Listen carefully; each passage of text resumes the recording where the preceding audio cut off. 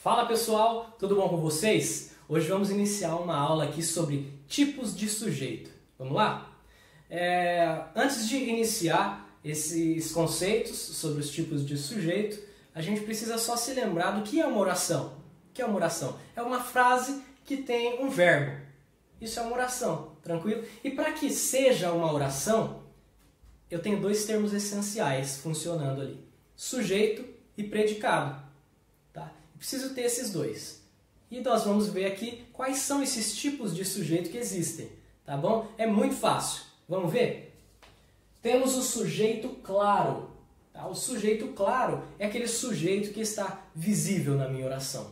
Tá? Eu bato o olho, eu leio a oração e vejo. O sujeito está ali. Né?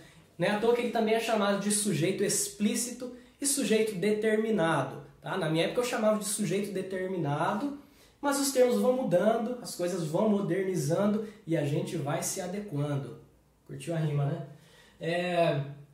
Bom, vamos à oração aqui, o exemplo. O menino jogava bola. Qual é o meu sujeito? O menino, está grifado lá como você não viu. O menino é o meu sujeito. E se eu pergunto, qual é o núcleo desse sujeito? O núcleo é menino. Menino é o núcleo, certo? Por que menino é o núcleo e não o artigo o?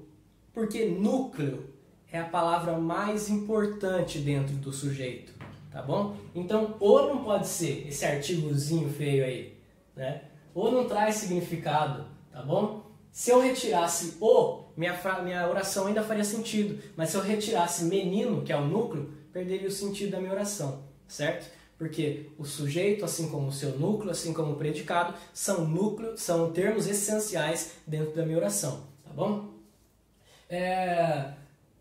Claro, não coube aqui no meu super quadro, mas o sujeito claro tem duas ramificações, duas categorias dele. Tá? Eu tenho o sujeito claro simples e o sujeito claro composto. Sujeito claro simples será desse exemplo da oração aqui. Ó.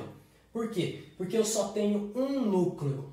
Né? Menino é apenas um núcleo e por isso meu sujeito será chamado de sujeito claro simples.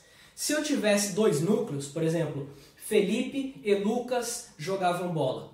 Aí eu teria Felipe e Lucas, dois núcleos, e seria chamado de sujeito claro composto. Muito simples, né, gente? Vamos para o sujeito oculto, então? O sujeito oculto é aquele que está invisível na oração.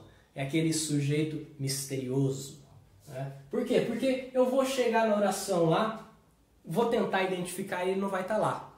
Mas eu vou saber qual é esse sujeito graças a uma coisa chamada pronomes pessoais do caso reto. Esses pronomes pessoais do caso reto aqui, eu fiz uma tabelinha, são eles que podem funcionar como sujeito na minha oração. Tá? Grava isso. Eu coloquei aqui ó, em azul, primeira, segunda e terceira pessoa do singular e de rosa, primeira, segunda e terceira pessoa do plural. Tá? Então grava. Eu, tu, ele e ela, nós, vós, eles, elas. Muito fácil, precisa decorar, hein? Isso aqui é importante para vários outros conteúdos da nossa gramática. Tá? Por que ele é importante saber? E por que só ele funciona como sujeito? Veja só. Eu sempre me lembro de uma frase que está gramaticalmente, para a nossa gramática normativa, está incorreta. Eu vi ela. Eu tenho eu e eu tenho ela. Eu tenho dois pronomes pessoais do caso reto numa mesma oração.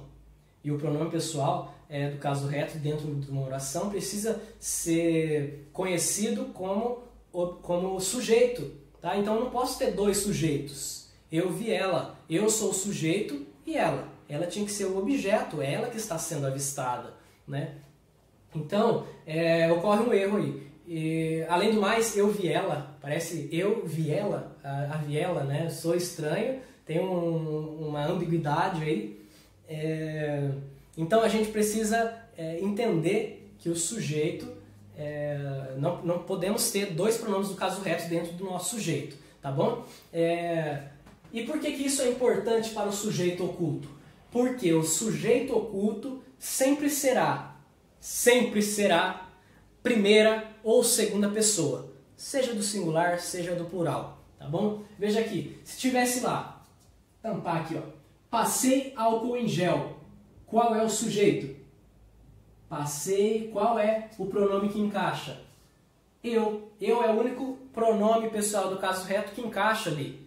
Não teria como eu dizer, tu passei álcool em gel, nós passei álcool em gel, né? Não dá certo, gente. É só o eu. E olhando para os pronomes pessoais do caso reto que eu vou saber identificar o sujeito. Então é por isso que eu preciso decorar essa tabela, tá bom? Eu preciso apreender essa tabela dentro de mim, ok? Veja só, vamos para o sujeito indeterminado agora. O sujeito indeterminado ele também é invisível, tá? Mas se o oculto é a primeira e a segunda pessoa do singular e do plural, o sujeito indeterminado será a terceira pessoa, seja do singular, seja do plural. Tá? Então aqui, ó, estavam passeando. Quem estavam passeando? Eles ou elas, né? Então, nós temos aqui algo muito simples de ser entendido. Sujeito indeterminado, terceiras pessoas. Sujeito oculto, primeira e segunda pessoa. Muito simples, né? Fácil demais, gente. Quando não temos na nossa oração nem sujeito claro, nem sujeito oculto, nem sujeito indeterminado, aconteceu uma coisa chamada ocultação, oração sem sujeito, tá bom? Ou sujeito inexistente. Então veja só, que estranho, né? Porque nós temos... Agora começou essa furadeira aí, cara.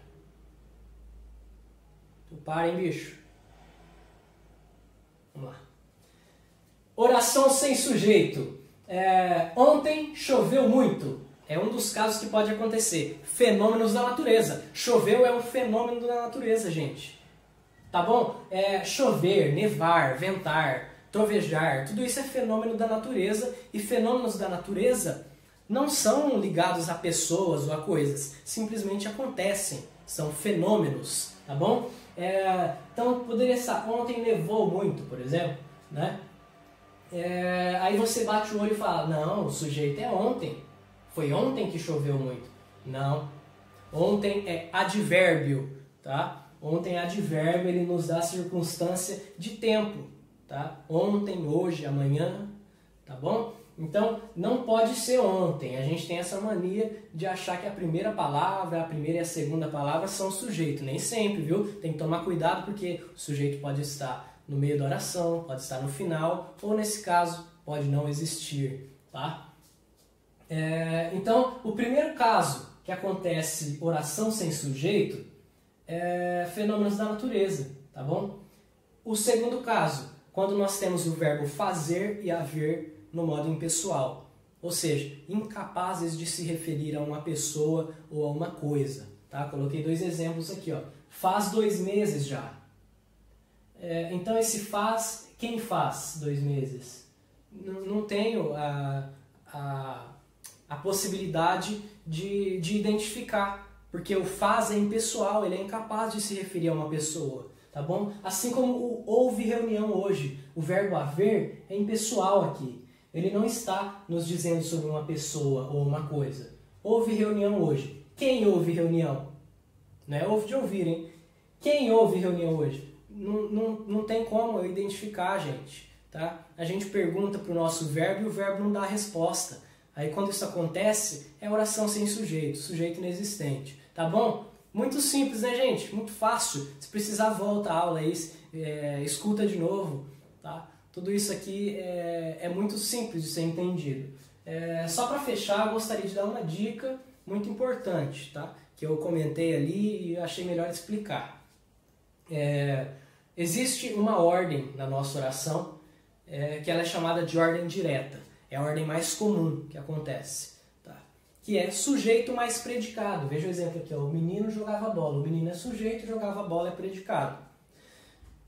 Nós temos uma ordem direta, primeiro o sujeito, depois o predicado. Mas pode estar na ordem indireta, ou seja, o meu sujeito pode estar no meio do meu predicado ou pode estar no final do predicado. E aí estará na ordem indireta, tá bom? Então veja só, poderia estar assim, ó, jogava bola, vírgula, o menino.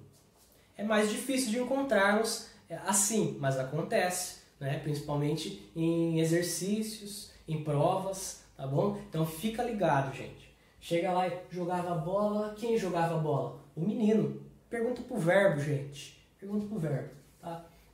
Poderia até estar no meio, ó. Jogava, vírgula, o menino, vírgula, bola. Textos poéticos gostam disso, hein? Ficou estranho, mas está correto perante a gramática normativa. Então fica ligado, gente. Nem sempre vai estar na ordem direta, pode estar na ordem indireta, tá bom?